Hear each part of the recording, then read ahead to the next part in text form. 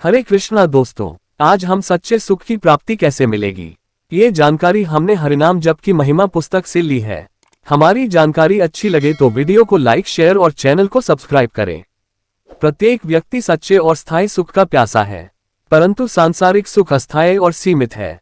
इसकी तुलना मरुभूमि में ओस की एक बूंद से की जा सकती है। ये हमें स्थायी राहत प्रदान नहीं करती, क्योंकि सांसारिक वस्तुओं एवं संबंधों में आत्मा की आध्यात्मिक इच्छाओं को संतुष्ट करने की शक्ति नहीं होती। परंतु हरे कृष्ण का कीर्तन हमें पूरी तरह संतुष्ट कर सकता है, क्योंकि यह हमें प्रत्यक्ष भगवान एवं उनकी आनंद प्रदायिनी शक्ति के संपर्क में ले आता है।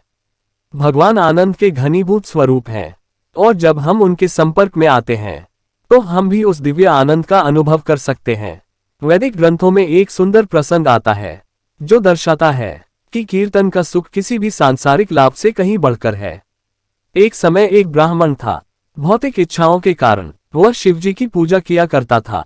एक दिन शिवजी ने उसे दर्शन दिए और अपनी इच्छा पूर्ति हेतु सनातन गोस्वामी के पास जाने का निर्देश दिया। जब ब्राह्मण को ज्ञात हुआ कि सनातन गोस्वामी के पास लोहे को सोना बनाने वाली पारसमणि है, तो उत्सुक होकर उसने गोस्वामी जी से उसे मांग लिया। सनातन गोस्वामी तुरंत मान गए और कहा कि ब्राह्मण उनके कमरे के कोने में रखे कूड़े के डिब्बे से पारसमणि निकालकर ले जा सकता है। पारसमणि पाकर ब्राह्मण खुशी से फूला नहीं समा रहा था। अब वह मनचाहा सोना उत्पन्न कर सकता था, परंतु लौटते समय उसके मन में विचार आया, यदि सनातन गोस्वामी के पास सबसे बड़ा वरदान पारसमणि ही था, तो उन्होंने इसे कूड़े के डिब्बे में क्यों रखा हुआ था। वह तुरंत गोस्वामी जी के पास आया और उनसे जिज्ञासा की। तब सनातन गोस्वामी ने उसे बताया, हाँ, तुमने सही पहचाना, मेरे पास इससे भी श्रेष्ठ कुछ है, परंतु क्या तुम उसे लेने के लिए तैयार हो।